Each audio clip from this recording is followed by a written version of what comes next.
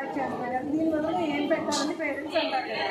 So మనకి చాలా snacks ఉన్నాయి చూడండి. మనకి మగవాళ్ళు పెట్టచ్చు, కొమ్ములు పెట్టచ్చు, అలాగే టీ బూందీ పెట్టచ్చు, నెక్స్ట్ బెల్ల బూందీ పెట్టచ్చు, కారపూంది, అప్పడాలు, చెకోడీలు, ఇంకా మిఠాయిలు, నెక్స్ట్ గులాబీలు, ఇంకా అరిసెలు, గవ్వలు, డ్రై ఫ్రూట్స్, అలాగే లడ్డూలు, ఇంకా సున్నుండలు, మురిపీలు, గులాబ్ జాములు, ఇంకా వీటిని ఏమంటారు పొంగడాలు, ఇంకా కాజాలు, బొబ్బట్లు, వీటిని ఏమంటారంటే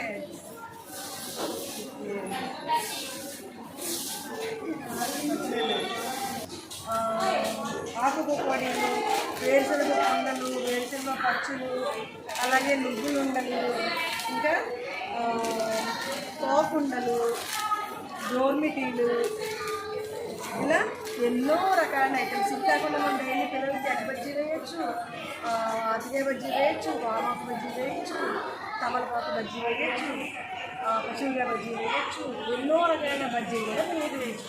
కానీ ఇన్ని ఆహార పదార్థాలు కదా మనం మాత్రం పిల్లలకి only lunch bag, biscuits, chocolates ఇవే చూస్తున్నాం. సో అందుకని ఈ పద్ధతి మనం మాట్లాడడానికి మన స్కూల్లో 22 ఏళ్ళుగా ఈ స్నాక్స్ అనేది మనం పిల్లలకి అర్థమయ్యేలాగా మనం ప్రతి సంవత్సరం ఫుడ్ ఫెస్టివల్ ఏర్పాటు చేస్తాం.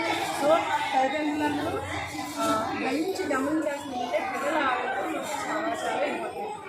ఏవైతే మనం ఈ పిండితో తయారు చేసిన శనగపిండి, వరిపిండి, ఇలాంటి పిండితో తయారు చేసిన ఆహార పదార్థాలన్నీ పిల్లలకి ఎంతో శక్తినిస్తాయి. చక్కగా వాళ్ళు బలంగా దృఢంగా తయారవుతారు.